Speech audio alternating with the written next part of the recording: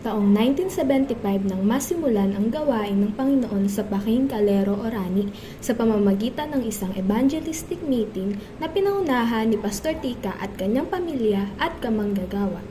Kasabay din nito ang pagbubukas ng mga pag-aaral sa Biblia at pagtuturo ng mga bata sa Santo Rosario Palihan, hanggang sa magkaroon ng house church sa Pantalan Bago kung saan naging miyembro ang ilan sa mga kapatid gaya ng mag-asawang Pamenya at sinundan ng mag-asawang Benaventura, mga kapatid nila at ang mga Daelo.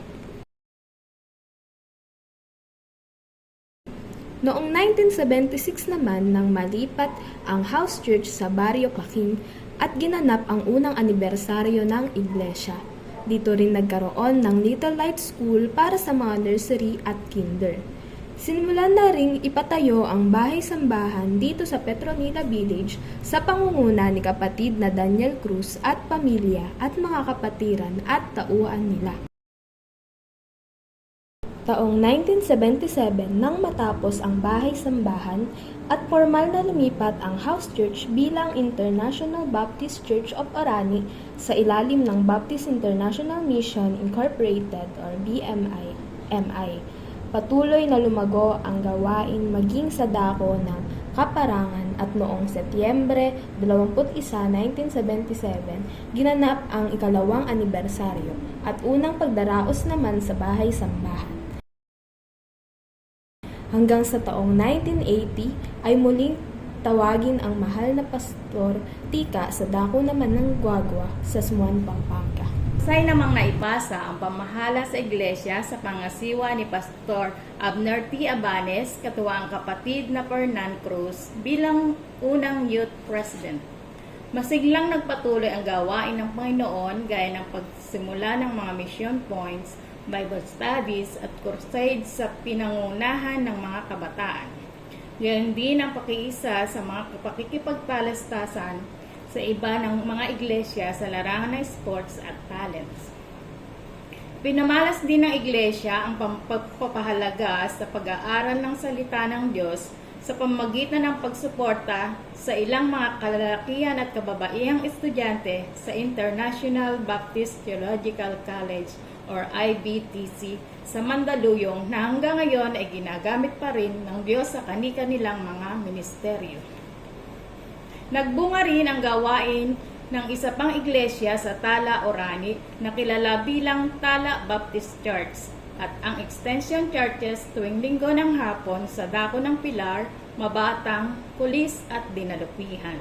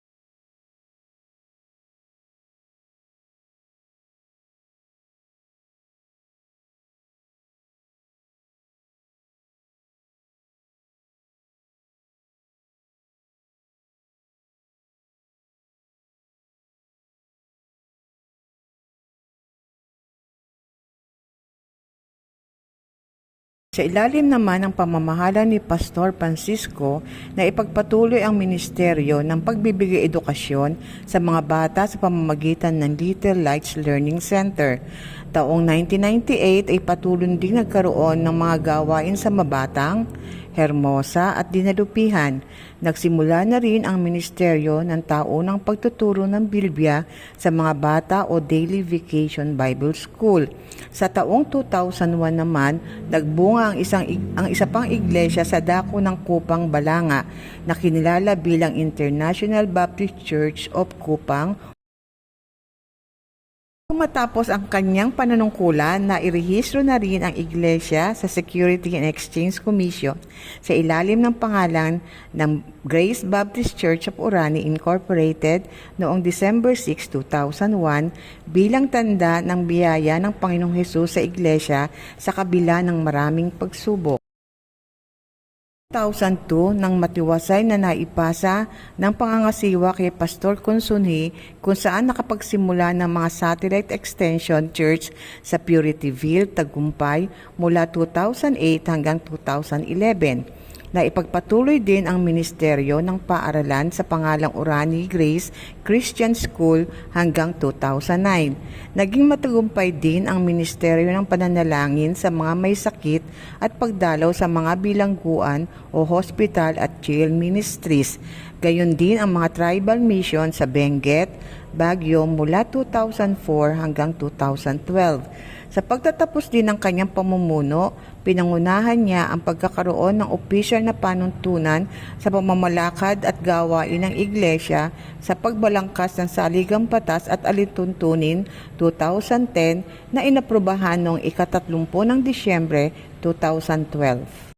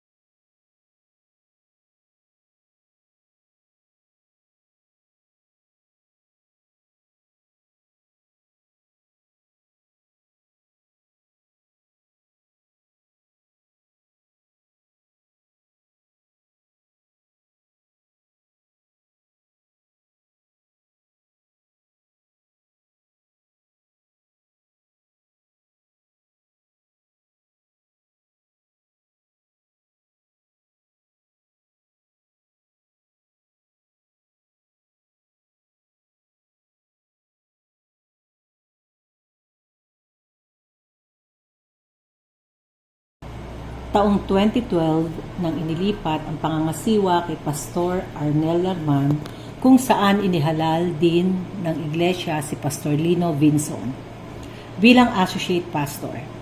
Taong 2013 ay sinuportahan din ng iglesia ang pag-aaral ng 7 manggagawa sa Bible Training Center for Pastors and Church Leaders, BTCP, BTCL sa Balanga Faith Baptist Church, Kupang North, sa ilalim ng Crossing Cultures International Philippines.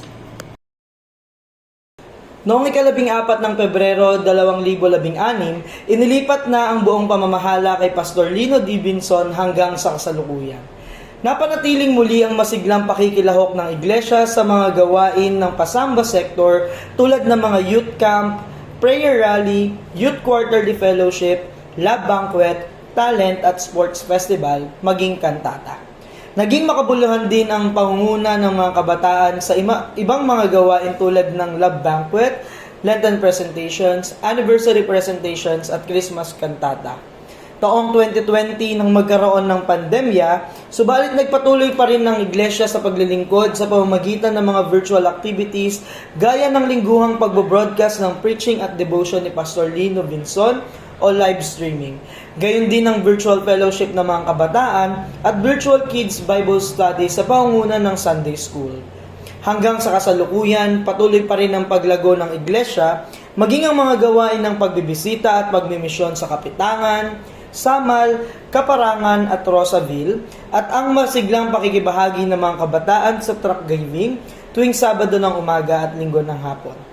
Taong 2022 hanggang kasalukuyan ay muling naging aktibo ang ilang mga diakono, miyembro at kabataan na dumalo sa pag-aaral ng salita ng Diyos sa pamamagitan ng pag-aaral sa Fundamental Baptist School of Theology at Texas Baptist Bible College. Sa kabuuan, nakapagpatapos na ng 5 basic Bible School graduates at 3 graduate of Theology at Bachelor of Theology at 8 kasalukuyang mag-aaral pa para sa Bible School Year 2023. Ngayong taon din napasinayaan ang unti-unting renovasyon o pagsasaayos ng ilang bahagi ng bahay-sambahan upang manatili ang katatagan at kaayusan nito sa pangunguna ng Building and Maintenance Committee. Tunay na sumasagana pa rin ang biyaya at pag-ibig ng Panginoong Hesus sa Iglesia sa loob ng 48 taon. Purihin po ang Panginoon.